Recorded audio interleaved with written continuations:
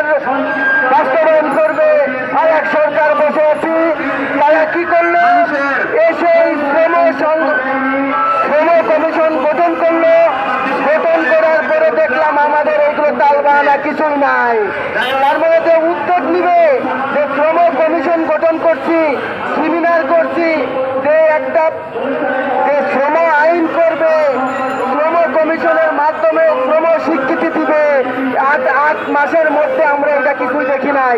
সংগ্রামী বন্ধুরা, এই হলো আমাদের যুগের তালের সরকার। মানে যে সরকারি আসুক, শ্রমিকের জন্য কথা বলবে না, শ্রমিকের জন্য কাজ করবে না।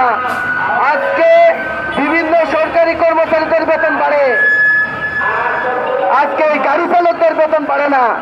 মানে এই দেশে জিনিসপত্রের দাম বেশি, শ্রমিকের ঘামের দাম কম। এই শ্রমিকের কোন খাতে আছে 10,000 টাকা বেতন, এবং বাংলাদেশে সিকিউরিটি কোম্পানিতে যারা চাকরি করে তাদের 8 থেকে 10,000 টাকা বেতন। যারা গার্মেন্টসে চাকরি করে 16 থেকে 18,000 টাকা, 12,000 টাকা বেতন। আর গাড়ি চালকদের এত ঝুঁকিপূর্ণ পেশা, বাংলাদেশের সরকার তাদেরকে লাইসেন্স দিছে, তারা যে শ্রমিক, এই শ্রমিক স্বীকৃতি পর্যন্ত বিআরটিএ দিচ্ছে পেশাদার লাইসেন্সের ভাবে। সেই লাইসেন্স থাকা সত্ত্বেও, ঝুঁকিপূর্ণ পেশা করার সত্ত্বেও তাদের বেতন হয় 12 থেকে 16,000 টাকা, 18,000 টাকা। ডিউটি 8 ঘন্টার জায়গায় ডিউটি করে 16 থেকে 18 ঘন্টা। শ্রম আইনে ছিল, আমরা দেখেছি বিভিন্ন সরকার ঢোল পিটায় বলছে 8 ঘন্টা ডিউটি, 8 ঘন্টা বিনোদন, 8 ঘন্টা বিশ্রাম। সেই জায়গায় আমরা দেখতে পাই 8 ঘন্টা গাড়ি চালকরা দেখি 8 ঘন্টা বিশ্রাম তো দূরের কথা, 4 ঘন্টাও ঘুমাইতে পারে না। সকাল 6টার থেকে রাত 11টা থেকে 12টা পর্যন্ত ডিউটি করে। এইখানে 8 ঘন্টা বিনোদনে কোথায় যাবে? 8 ঘন্টা কোথায় বিশ্রাম নেবে? তাদের ঘুম ঠিক মতো হয় না। ঘুম না হলে, সড়ক দুর্ঘটনা হলে ওই গাড়ি চালকের দোষ। এই হলো আমাদের বাংলাদেশের কালো আইনের ছায়া।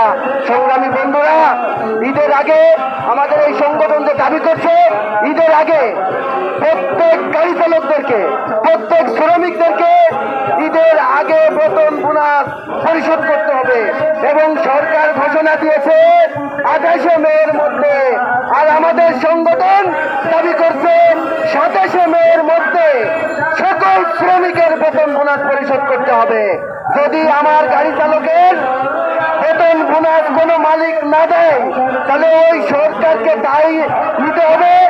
আর সরকার দায়ী না নিলে এই সংগঠন যদি কোনো আন্দোলন বিক্ষোভ করে, সেই দায় এই সংগঠন নিবে না, সেই দায় সরকার এবং পুলিশ প্রশাসনকে নিতে হবে। সংগ্রামী বন্ধুরা, ইতিমধ্যে আমরা দেখেছি ভাসান থেকে একজন চাকরি করে 30 বছর ধরে, সেই 30 বছরের একজন শ্রমিক তাকে হঠাৎ করে না করে দিছে।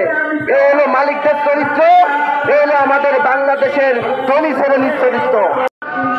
আজকে এই সময় উপস্থিত আছেন আমাদের কেন্দ্রীয় কমিটির সভাপতি নজরুল ইসলাম বাবলু ভাই, উপস্থিত আছেন সাধারণ সম্পাদক বিভিন্ন সবাইকে আমার ধন্যবাদ। বন্ধুগণ, আপনারা জানেন প্রতি বছরে বছরে আমাদের চালকদের উপর কাজে বিভিন্ন ধরনের আইন কানুন করে যাচ্ছে সরকার। এবং কিছু কিছু মালিকরা আছে সুযোগে সত্য বার করছে, সত্য বার করলে এটা ভুল হবে।